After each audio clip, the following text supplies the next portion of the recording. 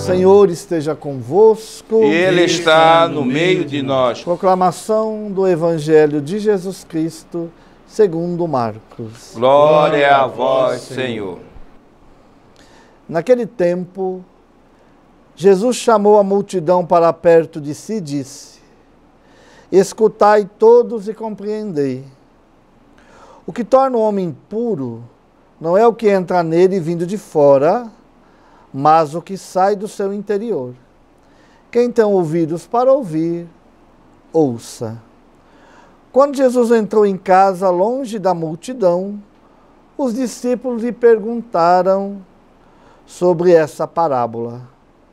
Jesus lhes disse: será que nem vós compreendeis? Não entendeis que nada do que vem de fora e entra numa pessoa pode torná-la impura, porque não entra em seu coração, mas em seu estômago e vai para a fossa. Assim Jesus declarava que todos os alimentos eram puros. Ele disse: o que sai do homem é o que o torna impuro, pois é de dentro do coração humano que saem as más intenções, imoralidades, roubos, assassínios, adultérios, ambições desmedidas, maldades, fraudes, devassidão, inveja, calúnia, orgulho, falta de juízo. Todas essas coisas más saem de dentro e são elas que tornam impuro o homem. Palavra da salvação. Glória a vós, Senhor. Que as palavras do Santo Evangelho perdoem os nossos pecados, em nome do Pai, do Filho e do Espírito Santo. Amém. Amados e amadas de Deus, a liturgia dessa quarta-feira traz para nós a segunda narração do livro do Gênesis, da criação, tanto do homem como também de toda a terra. E aqui o Senhor tinha feito primeiro o céu, a terra, mas não tinha colocado nenhuma planta e também nenhum animal. Se nós olharmos comparando o texto do capítulo 1 do Gênesis, que narra a primeira narração da criação, que nós ouvimos segunda-feira e ontem, na liturgia, Deus cria tudo primeiro e depois o ser humano. Façamos o homem à nossa imagem e semelhança. Então Deus criou cada dia todas as coisas e depois o ser humano. Aqui o homem vai ser criado e aí depois que vão vir as plantas e os animais. Então Deus cria a terra e da terra, do pó da terra, faz o ser humano.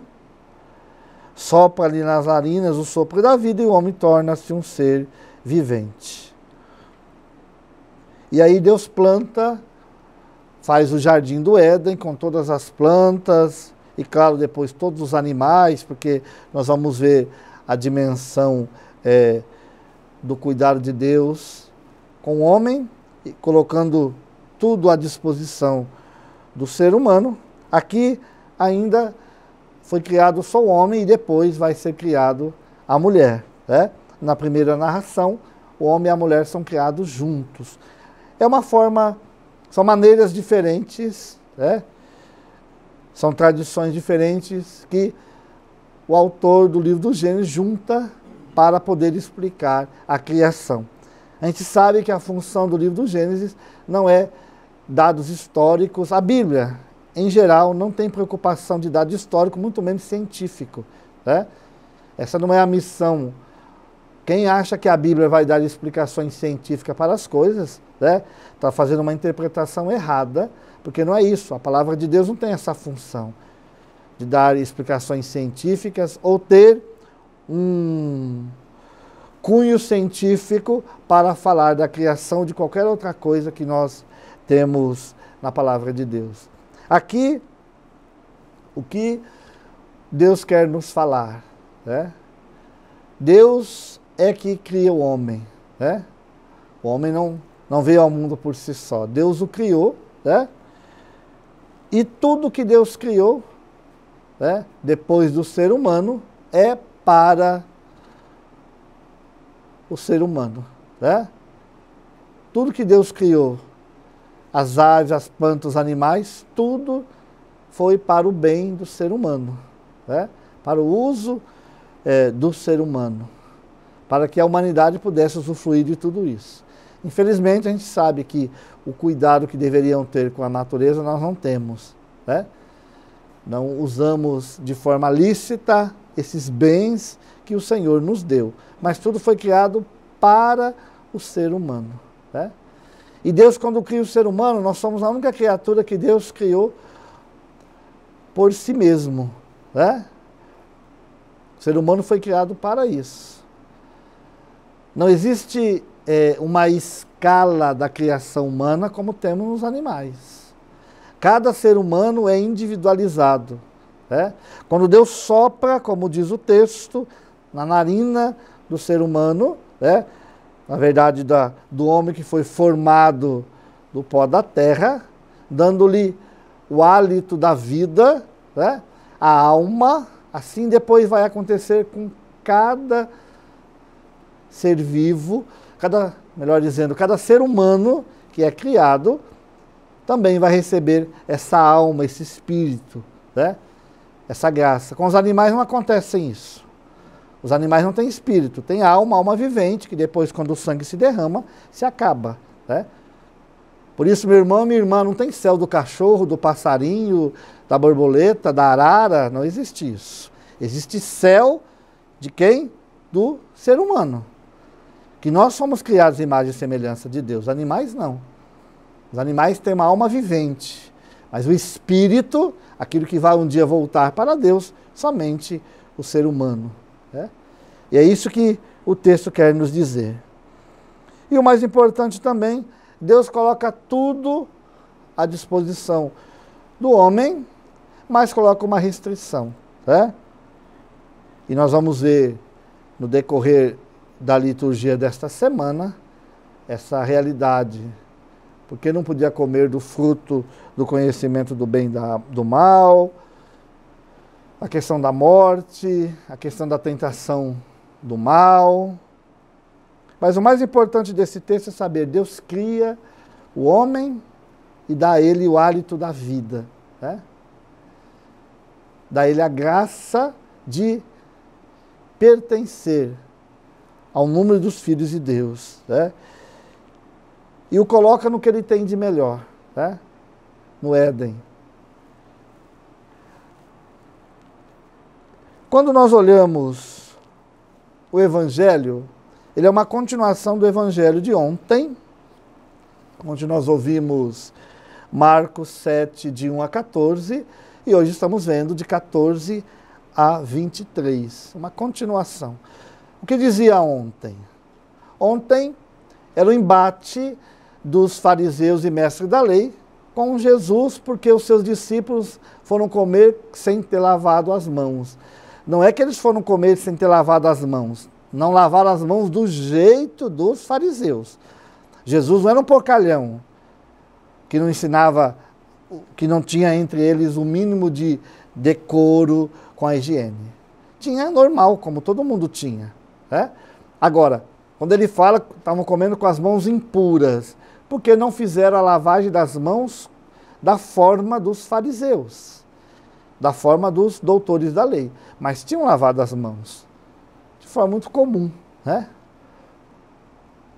E aqui Jesus dá continuidade dizendo, olha, o que mancha o homem não é aquilo que entra, né? Falando dos alimentos. Por quê? Porque havia um monte de alimentos que eram proibidos, que não podiam isso, não podia aquilo, né? Claro que a gente sabe que Moisés, quando fez essas prescrições, foi um cuidado mais sanitário. Mas só que o próprio cristianismo veio derrubando isso. Então, para a fé cristã católica, não tem nenhum alimento que é impuro. Não tem nada que não pode ser comido. Claro que tem realidades em cada tradição. Então, a igreja, na sua sabedoria, respeita certos lugares não se come certas comidas, certas carnes, em respeito àquela cultura, né? Agora, não quer dizer que isso é impuro, porque nada é impuro, tudo foi abençoado por Deus, né? Porque realmente não é uma comida que vai tornar a pessoa impura. Não é comer isso ou comer aquilo que vai tornar alguém mais santo ou menos santo. Mas é o que Jesus disse, é o que sai da nossa boca. São as nossas palavras. É a forma como nós tratamos o outro. É quando nós não temos a caridade para com o irmão, para com a irmã. E Jesus vai narrando essas coisas. É de dentro do coração humano que saem as más intenções, imoralidades, roubos, assassínios, adultérios, ambições desmedidas, maldades, fraudes, devassidão, inveja, calúnia, orgulho, falta de juízo. Olha quanta coisa. Essas coisas, quando saem da nossa boca, é que realmente estamos para nos levar à condenação. Não que a gente está comendo, né? Então temos que tomar muito cuidado, porque muitas vezes as orientações da igreja, né, em relação às abstinências, aos jejuns que são necessários, são importantes, fazem bem à nossa alma, mas precisam ser vistas, né, todas essas orientações como um bem, não uma escravidão, né?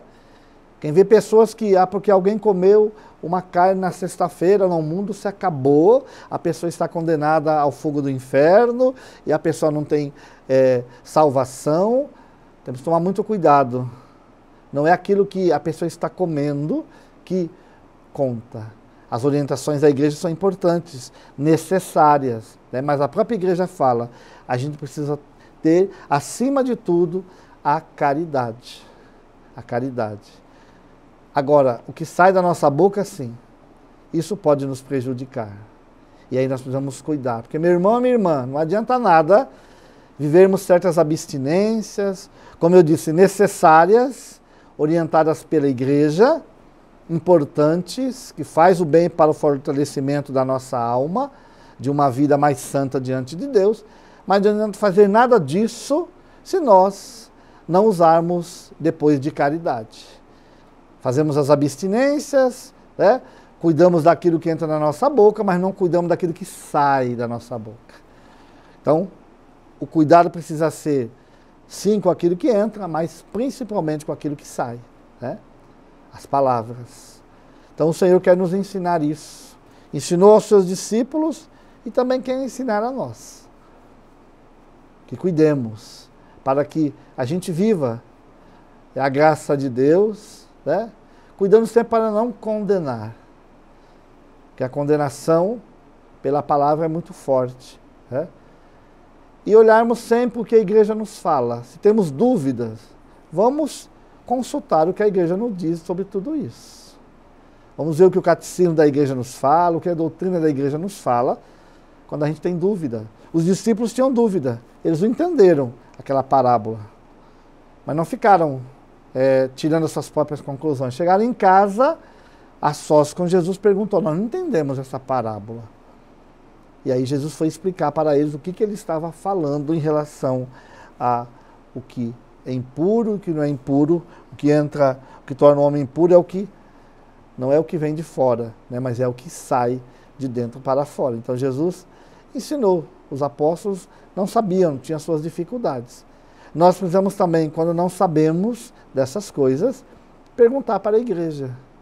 A igreja vai nos orientar. O catecismo nos fala muito bem de tudo isso. E aí a gente não peca e não leva também os outros a pecarem, tirando as nossas próprias conclusões. Que muitas vezes parecem até conclusões belas, né? Mas foge daquilo que é a doutrina da igreja sobre isso. Então, cuidemos, e principalmente para não deixar sair da nossa boca, né, aquilo que Jesus elencou para o mal, tanto nosso como também das outras pessoas. E que o Senhor nos ajude a fazermos sempre a sua vontade através da intercessão de Nossa Senhora. Louvado seja nosso Senhor Jesus Cristo. Para sempre seja louvado.